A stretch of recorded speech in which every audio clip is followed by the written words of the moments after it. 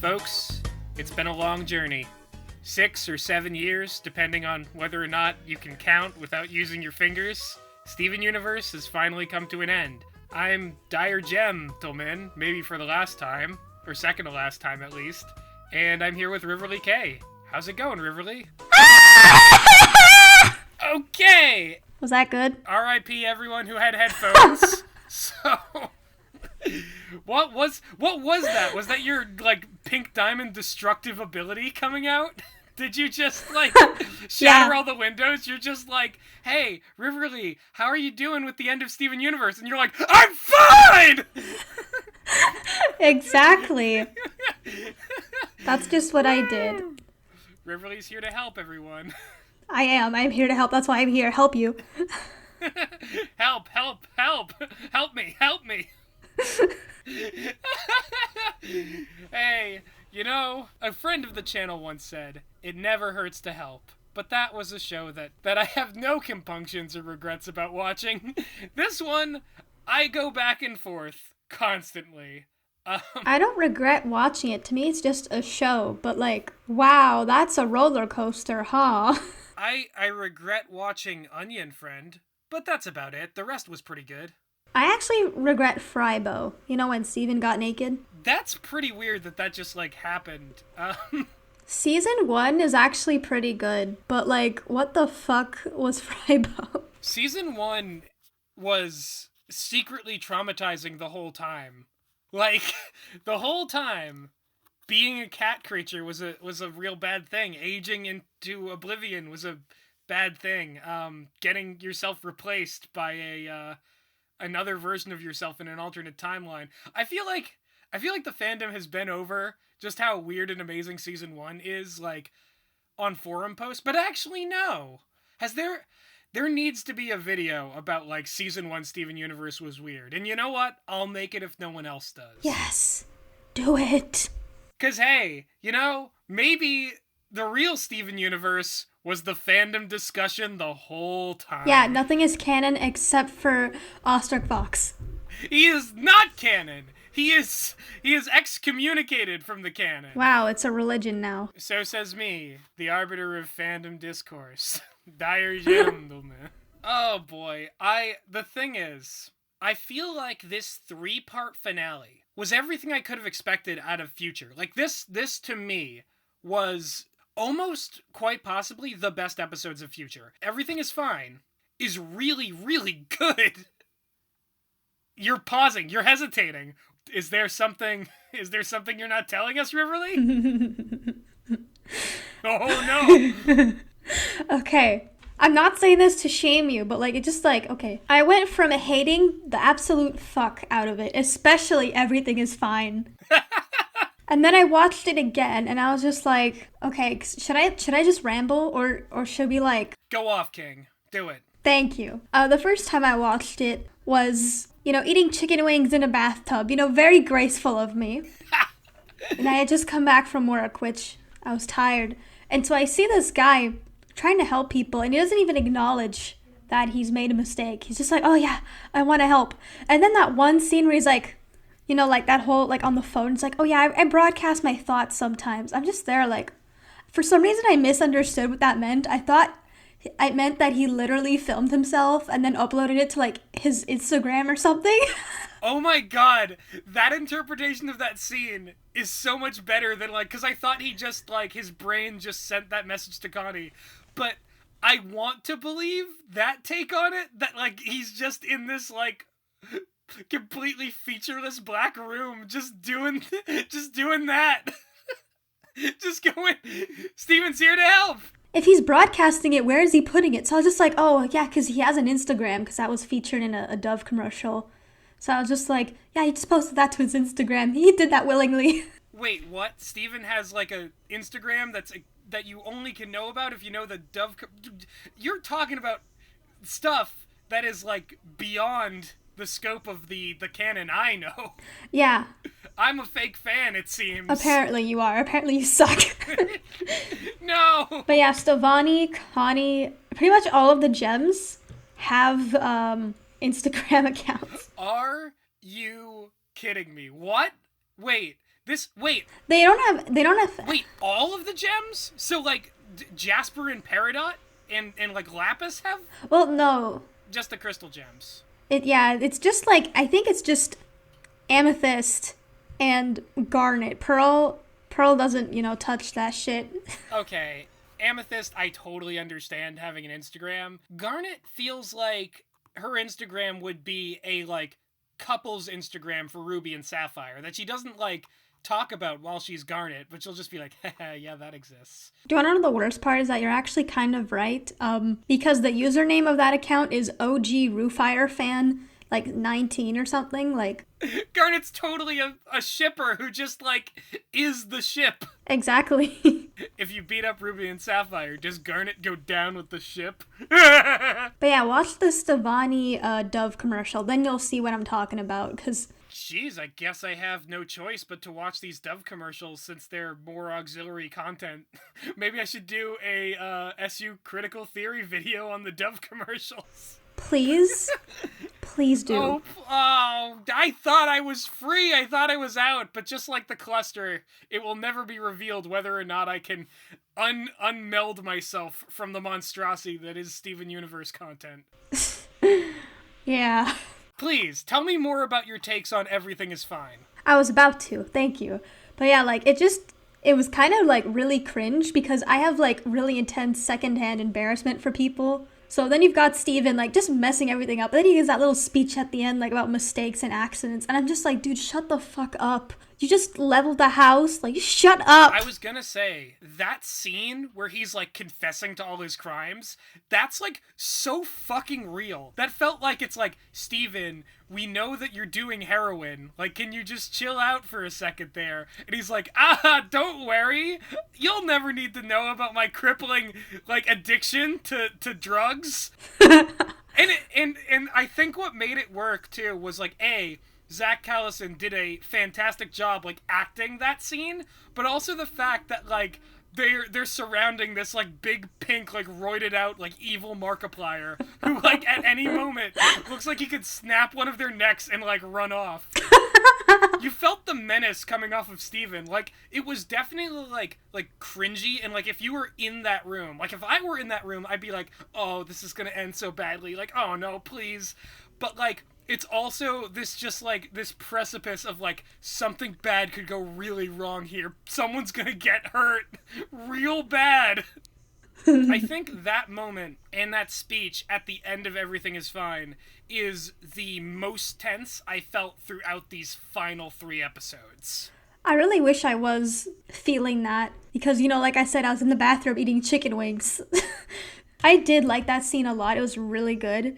But, like, because it kind of reminds me of me where it's like, oh, you'll never know what I do wrong. I'm evil and all that stuff. And, like, that's things that I felt in the past. I never had, like, an intervention like that, though. It was just, like, one-on-one. Someone's like, hey, stop, like, bitching. And I'm just there like, no, I will bitch. I think I've been over this in, like, some of my Steven Universe videos, but, like, the way that, like, my, like, past insecurities came out were, like, more like Amethyst than anything Steven's done. Where, like, I'll just have a day where I'm just like, fuck everything! Everything's stupid! Including you, but especially me. But because I don't want to admit that, you're stupid.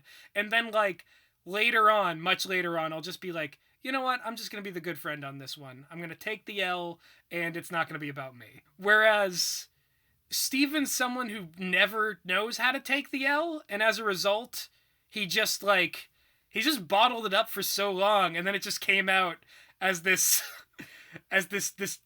pink swole terrifying form of himself. This Giga Chad who could decimate anyone with a single arm thrust. I don't know. This might be controversial. I never liked that the characters cry all the time. It's just like, I'm one of those people that's like, crying is for babies. Fuck crying. But, like, only for me. My friends can cry just fine. I support them. But I never cry ever. So in the last 2 episodes, everyone cries. And we've got me, barbecue sauce on my titties. Just like what the fuck? I can relate to that. Not the barbecue sauce on my titties thing. That's a joy I will never experience. But the people crying thing, I can't, like, I physically can't cry. I haven't cried. Dude, same. I haven't cried in years. I remember, like, vividly the last time I cried. So when I see characters in a show cry, I look at it and, like, even though this is not true and people cry all the time, I look at it and I'm just like, that's not realistic. Water doesn't come out of tear ducts. Like, that's not what they're for. They just don't work. Like, you just have to find other ways to express your emotion because, like, the liquid that's supposed to help you get your feelings out, it doesn't. So you have to put liquid in your body to get your feelings pressed down. No, hold on. That's not good advice. That is like, oh my god, everything you just said is like my life. I've never met someone who, like, felt the same. I'm having, like, an epiphany right now. Thank you for saying that. What are we two non-criers, like two people incapable of crying, reviewing this show, where the most pivotal moments in this ending rely on everyone in the cast crying and, like, just stating all of their problems outright? Like, who are we to even comment on it? I know, we don't belong. There's, like, a target audience, and those, for all of the target audience gets it, but just the people who can't cry don't get it.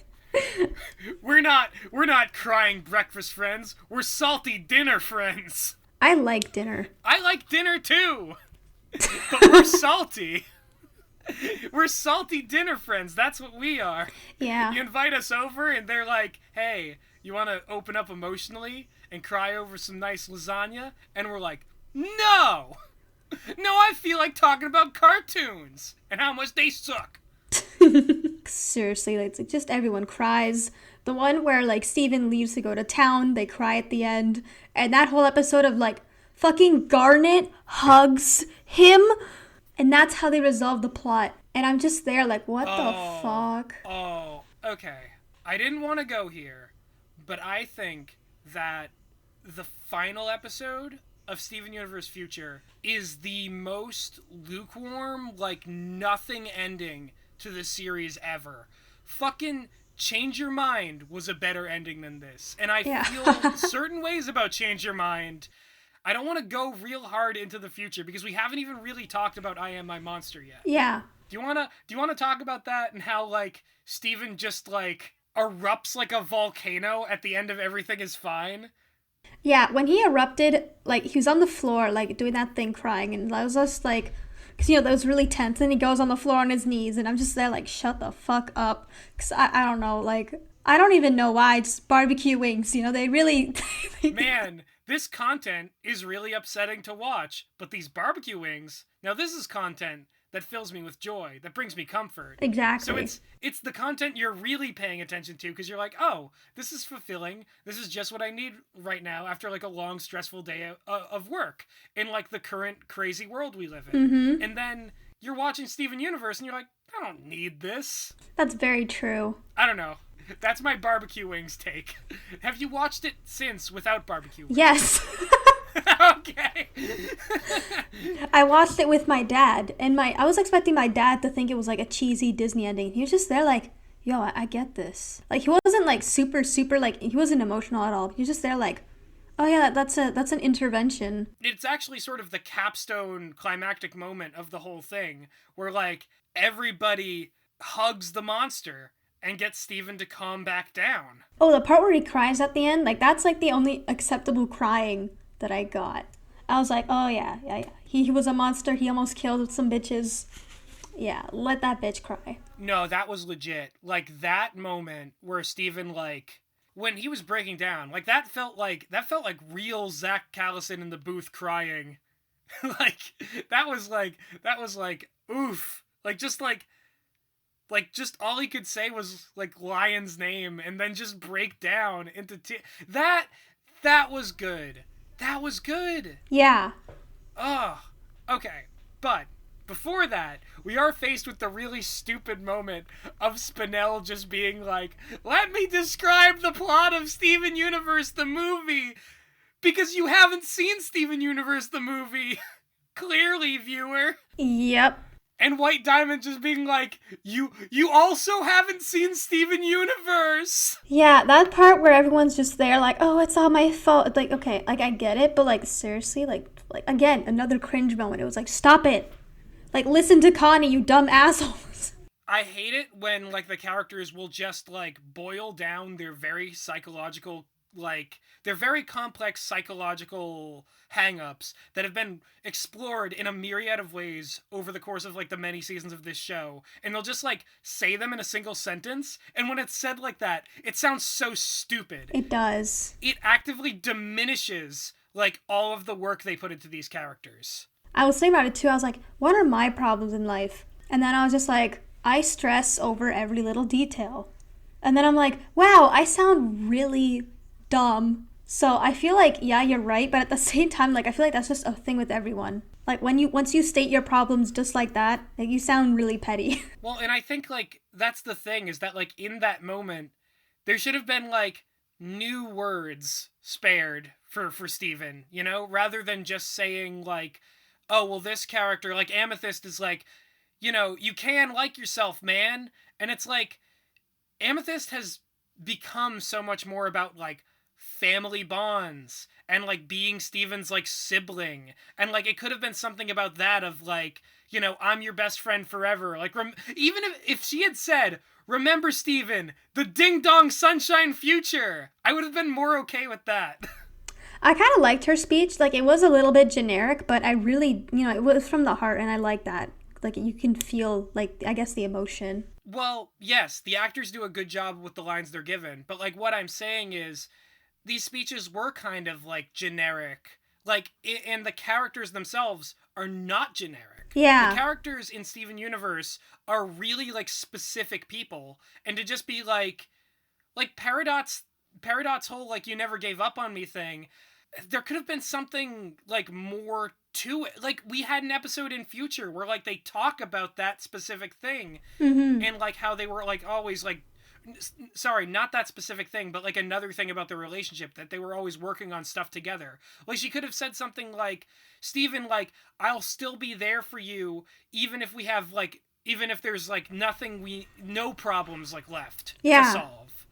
It kind of ignores their character development beyond, like, the one specific point that needed to be highlighted. And this is not the first time the series has done this in a moment where they should have been, like, more specific. Because, like, in Change Your Mind, I'm pretty sure, like, White Diamond at one point just, like, and there's, like, a panning camera angle to each one where she's just like, see what you did to your friends, Pink? Clingy, dependent, like, insecure, and, like, just, like, one word for each of them, and you're just like, oh, I guess if you're White Diamond, like, you just, it bothers me, because, like, these characters are so nuanced and good, but in the clutch moments where they just decide, nope, the show's just completely about Steven, they'll just be like, yeah, but you know that these people are stupid, and they can't do nothing without Steven. I don't know, it's kind of a headache, because I know that in a sense, they're doing it to save time, but at the same time, it's just like, please, just give me more time. I love this show, and I'll watch it forever. Well, the thing is, I feel like they kind of beefed it with the last episode. Oh, yeah. They had time. They just, like, I Am My Monster, whatever its writing flaws were, and, like, whatever they, like, did there in order to kind of make it more self-contained, even if they kind of, like, summarized older parts of the series for the benefit of people who for some reason skipped to that episode specifically. The Future is just an ending that is just so lackluster. Like, do you have anything more to say about I Am My Monster, or should we get into that? Okay, look. You might think that my criticism is very odd, but Wormy Boy has the most disgusting pectorals ever. And I know he's scaly, but he looks he looks like a fleshy, like, color thing. Like, I know it's pink because pink is the big color of the season. But my God, like, don't make him pink. Make him like a darker pink. Make him anything other than fleshy color with big fat belly and huge man titties. Thank you. Steven Moobaverse. I know I technically body shamed a man who was having a mental breakdown and turned into a giant monster, but no, that monster form was monstrous. Have you ever, like, watched any, like, especially early, like, Digimon, like, shows? I watched Pokemon, but I haven't watched Digimon. Okay, I want you to do this live on the live while we're recording this. I want you to Google Greymon. I know what he looks like, but I kind of forget because I know he has little peck baby things. Fucking Christ. It's worse than I remember. He has ugly pecs.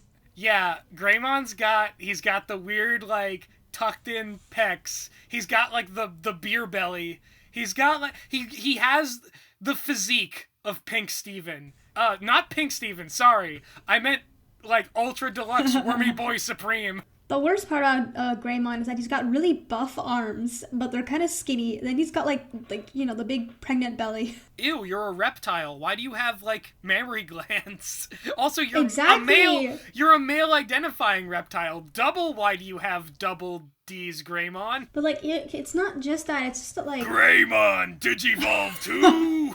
Big a booby Greymon! But yeah, I don't like Monster Steven. Like, I get it, scary man, but no. No, thank you. You know what's weird? All of this stuff related to, like, Pink Steven and his, like, evolution, it ends up just kind of being the PTSD metaphor, but I really thought, and this is, like, so stupid, because I've fallen into a trap if I believed this or wanted to know this, and it wouldn't have improved the show. But just hear me out. I really thought we were going to get more information on, like, Pink and her powers in her history relating to, like, her destructive abilities that Volleyball mentioned. Yeah, okay. I just thought that, like, everything that Steven would be doing here, like the gem, why this was all coming out now, I thought it would be more tied to that. But, true to my principles, I think that, like, the character stuff and the psychology does supersede the lore. So, like, while I expected that to happen, it nothing is missing because it didn't. Yeah. From the show. Yeah. Though I will say, if Yellow Diamond, this whole entire time, could just change her mindset a little bit and, like, fix gems and their, like, physical forms, why are there limb enhancers? And why are they so worried about off colors? Yeah, what the fuck? Oh my god, wow. Like, it just comes across as she's just, like, intentionally mean, or just, like, she just didn't see, like, from another perspective of, oh, wait, I'm a god. I can manipulate their physical form. I can fix all of their physical problems. Like, Yellow, you maybe wanted to think that through before you murdered so many of your people! That's the weird thing is, like, it's kind of implied that they didn't even know they had these powers, or they had to do an active effort to reverse them. And that's just weird to me. Like, you didn't know what your own powers were, and you had to change them now? Like, well, okay. Also, the fusion experiments totally don't look like something that you're like, yeah, I'm gonna be taking this apart later. They look like they'd fucking die. Yeah, they look like they'd be so fucking screwed! And she even says, I can't always find every piece. It's like, Yellow, what did you do with every piece? Did you just, like, Yellow's like, I can't always find every piece, with, like, one in her mouth like a toothpick. Like, just like... Oh, God. Okay, in Blue Diamond's defense, and yeah, I know, whatever, I'm a Blue Diamond simp. Fight me. She at least had an explanation for where her new power came from. She said that, like, because Steven came into her life and sort of resolved her grief with Pink, her tears vaporized into the clouds. That like, yeah, that grant makes people sense. happiness. That makes sense. It actually feels, especially because there is a very beautiful song associated with it, it feels like Blue Diamond is the only one of the diamonds to actually have a complete character arc. And that doesn't mean that she's really well developed or as well developed as, like, Jasper or even, like, Bismuth or Lapis. But, like, at least they tried. There's problems. Like, Blue Diamond is the poster child for the weird anti-fusion homophobia of Homeworld. I think that has something to do with, like, her weird fixation on, like, loneliness and sadness, and it's like, no, you can't feel this kind of, like, happy camaraderie. You can't fuse. Like, she's messed up. She's got issues. She's every bit as guilty as Yellow. And both of them are just shy of being as guilty as White. And in all of my Steven Universe videos, I have never once been like, Blue Diamond deserves better. I think... I just think she's hot. That's all. That's the thing is that, like, I completely, like, understand that sentiment, because people are like, oh, well, if you like this, then you must agree with that. And it's like, no, that's not how it is. You know, two things can be true at once. You can like Pearl, you know, you can want to maybe touch Pearl in her clam. But at the same time, yeah, that... You got it in one. But yeah, you can want all these things for Pearl, but at the same time, like, you can want to punch her in the face when she starts crying because she does it too much, you know? You might want to have a threesome with Garnet. You might want to Slamethyst. You might want to, I'm trying to think of another one. Nobody likes Steven. Nobody wants to mess with him. Except for Spinel. And Connie, apparently, because they kissed on the mouth! Yeah, that was pretty good. Yeah, I mean, I guess.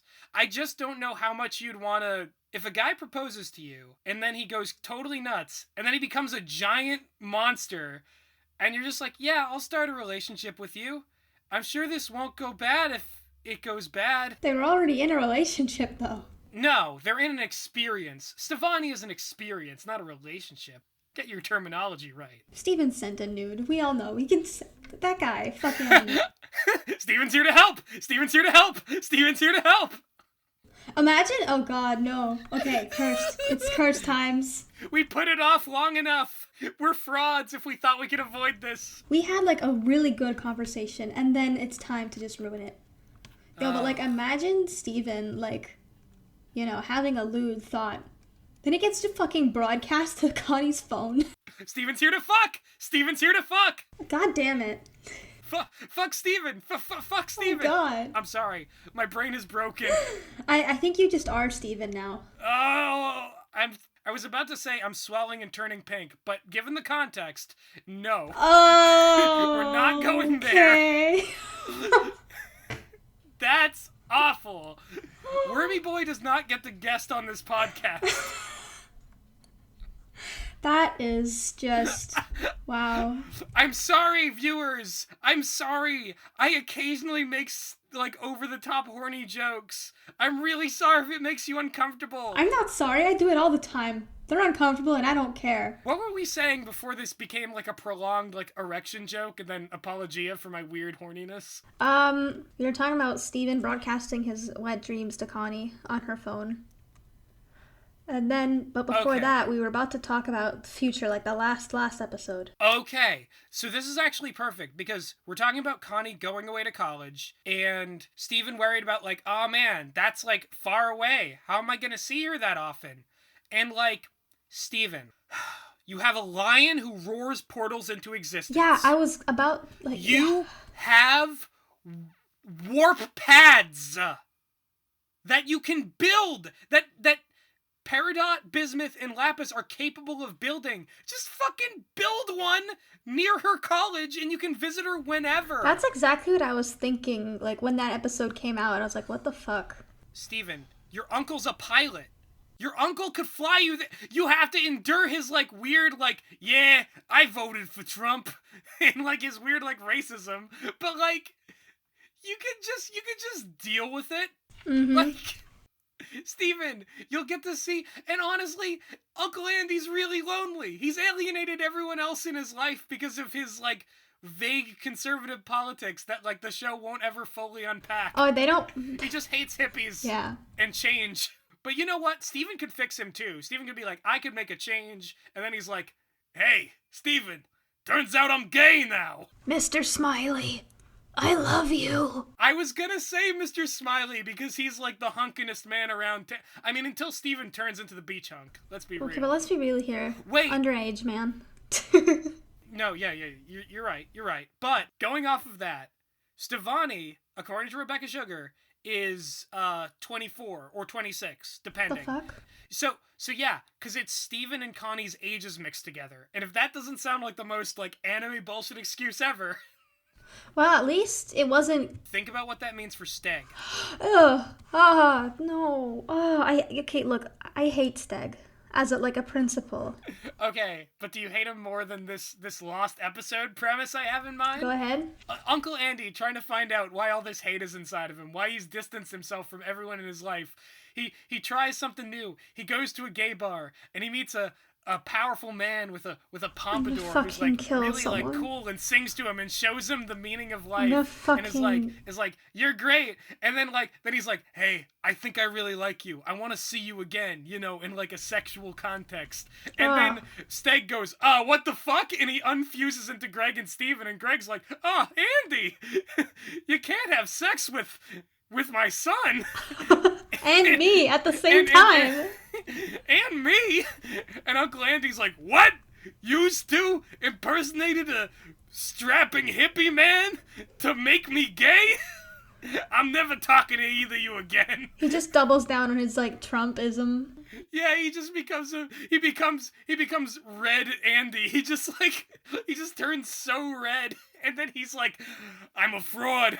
I'm a monster. And then he erupts into a giant, fucking orange monster. He turns into Jasper, the big buff Cheeto Puff. Jasper. Oh, can we talk about the fact that Jasper's characterization is just reduced down to, I'm a fucking tsundere for Steven. Okay, I don't mind the whole, she trained him in the forest and then she got shattered. That I thought was cool. It's just that, they could have done more considering the fact that, she was kind of fucking deep, you know? She was really deep in the show. But then the 2-year time jump happened and we couldn't get anything because they jumped 2 years. That's just gone now. Yeah, Jasper was so good in Future. I think they just messed up the ending. Maybe Jasper just does want someone to follow around Steven. Did you not learn your lesson from, the episode you had with Amethyst, where, everybody, has a job similar to what they were doing on Homeworld? The rubies guarding Nanafua? Maybe Jasper needs to be, a protector and a soldier. And you know what, Steven? Maybe you need a protector. Maybe you need someone to be there for you. Maybe you need someone to be there for you all the time. And caress you. Maybe that was the entire thematic point of Steven Universe Future. I kind of get, I like the fact that he's being alone, but at the same time, Jasper. What you just said is, it sounds kind of cute. I need that. It would be totally cute. Could you imagine if, for the rest of the future, if, Steven goes back on that and, decides to take Jasper on the road trip, Jasper's like, watch out, Steven. There's these tiny gems hiding inside of this small cylinder, and I think they're trying to enter your body through your digestive system. And he's just like, Jasper, that's salt. I consume it all the time. I'm salty. Steven just being like, oh, I have a new therapist, so I'm good. I'm gonna go travel on my own in a van with no source of income around the 39 states. Shouldn't this have been Steven thinks he's self-sufficient and then slowly realizes that he's not ready to sort of be his own person yet, that he needs people to help him. But because that would be kind of a sad ending, that this 17-year-old still needs time to figure out who he is, they instead send him off on this whirlwind journey that I guess is in search of a purpose that they didn't know how to give him. Mm-hmm. It just bothers me because I don't know why you would turn this child out into the world. He's still traumatized. He's still hurting. He still needs, caretakers. Honestly, what is that therapist going to say that the gems couldn't say to him? What if he's yeah, I am my mom, and sometimes I turn pink and destroy things with my screams, and sometimes I create life with my hands, and this therapist is just these are all totally normal things a boy your age goes through. What can a human therapist do about this boy? I don't know. I think she's just there to listen to him talk. He's there sometimes when I kiss ladies, they just heal, you know? I didn't know they had seasonal cancer, but they do. No, no, no. What I said wasn't even as bad as what I normally say. What are you doing? No, no, I'm sorry. That just, like, my mind just generated the darkest Steven Universe joke. And, like, I only feel compelled, like, to say it because we're, like, so far into this. Okay. And content warning, this joke is about abuse, and I don't condone Okay. that shit. But just Oh, I get imagine, it now. yeah, so like adult Steven, like wife beater Steven, who's just like, yeah, sure I hit her, but then I just kissed her and it was fine. She was healed. She's okay. Besides, there's other people who wanted to hurt too, and I didn't go through with that. I only actually beat my wife. Oh my Oh, and god. he's just like, I can just keep breaking things and fixing things forever, and you don't have to care about it or think about any of it, because the show's over, and you can just assume that I'm good. You don't have to worry about whether or not I'll be a wife beater, or a deadbeat, or like, raise my son too strictly in order to rebel against Greg's lackadaisical parenting skills. You don't have to worry about any of this, because it's over! I agree, but at the same, I kind of like the fact that he left. Like, it's kind of weird. He's like, yo, I might never come back. I need to travel the world. But like, I'm sitting here and I have like no aspirations to travel the world. I just kind of like, yeah, I'm becoming myself, but I'm like going through experiences that are in my town, in my city. So like, I like the fact that he's trying to be more independent. He wants to be alone. I think you're right though. Like with all the whole he needs to be people. He needs to help people and stuff. But at the same time, like just having him like travel like the United States or you know the version of the United States they have in that show, I was just kind of weirded out. Like, yo, I know that your father suggested it, but like you could do that shit here, or at least in And another also, city. like, again, I have to stress, even though, like, it feels like such a nitpick, but, like, he has Lion, he has warp pads that can take him, like, to any planet. He can visit Lars and, like, go on space adventures literally anytime he's near Lion. I just, like, I just don't understand why, like, specifically driving around in a car is supposed to be this big thing, and why it like, is supposed to have this, like, weight and permanence to it that kind of, like, goes outside the bounds of what we know that the character he can fly also. Like, there's so many ways that he could get around. He doesn't need to say goodbye, really. He could take day trips everywhere if he wanted to. That's honestly what I was thinking about it. Like when he was in that episode, I forgot the name of it, but like when he tried to propose to Connie, like when I saw that, I was just like, take Lion. That was my first thought. Yeah, like, they could share Lion. Like, Lion could be their commute car back and forth. Like, Connie still clearly wants him to, like, visit and, like, wants him in her life, and, like, they're definitely supposed to be the OTP of the series. So, like, why would they not Mm-hmm. share Lion? Like, they share everything else. They've shared the same form. Like, it just it just blows me away that, like, they would suddenly, I'll say it, they would contrive a reason why Steven and Connie can't be together in the same space. I have at least like okay, and this might be me trying to double think it, but I have like at least one justification because when I saw that, I knew it was a plot hole or. And what I think it was, just in the Connie situation, not for Steven traveling around and leaving Mm, forever. That I right. have no justification for that. But I think it's just that like Steven doesn't like that she's just so far. He's like, yeah, I can go there whenever I want, but man, she's far away. Like what the fuck? I think that's what it was, at least, with Steven and Connie. But for him, at least the only justification I can get for like the ending is he wants to leave and be completely alone to become his own person. He doesn't want to have the reliance of coming back like every Tuesday. I guess. And honestly, like, in the episode, I was like, oh, I can relate to that. That's like a reasonable thing. Like, when you see, like, that someone's going really far away, you're like, oh man, I'm not gonna, like, see them around anymore. But then when the future episode aired, I like I kind of rethought my framing of that situation, and I'm like, oh no, that's, like, relatable and realistic, but within, like, the logic of this show, it's like, it's a non-issue. Like, he could just be like, hey, man, hey, Bismuth, Peridot, Lapis, I'm really gonna miss Connie, and if it's alright with her, can we try and, like, install a warp pad somewhere in that area so that I can, like, visit her more often? Or at least, like, find... Or at least, like, do a lion arrangement. We don't know the range on his portals. It seems like Greg and him have jumped, like, continents sometimes, riding on Lion. That's like the funny thing is that like sometimes Lion is tired and like you can see Lion get tired. Well, no, that was only when Lion went to the moon. Yeah, never mind. Lion's okay on Earth, but he's not okay with like space travel. I want to say something, but like I don't know if there's like a place for it like right now. But when I was watching it, like, because when I'm watching Steven Universe, like you don't think about it too much, like about how this is a first for many things. Like it's the first gay wedding. It's the first, like intervention being put on a kids show.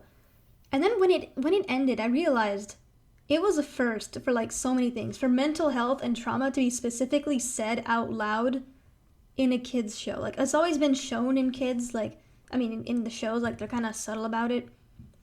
But like my god, they said it like up front, like Steven, you've got some baggage. And also Garnet is gay.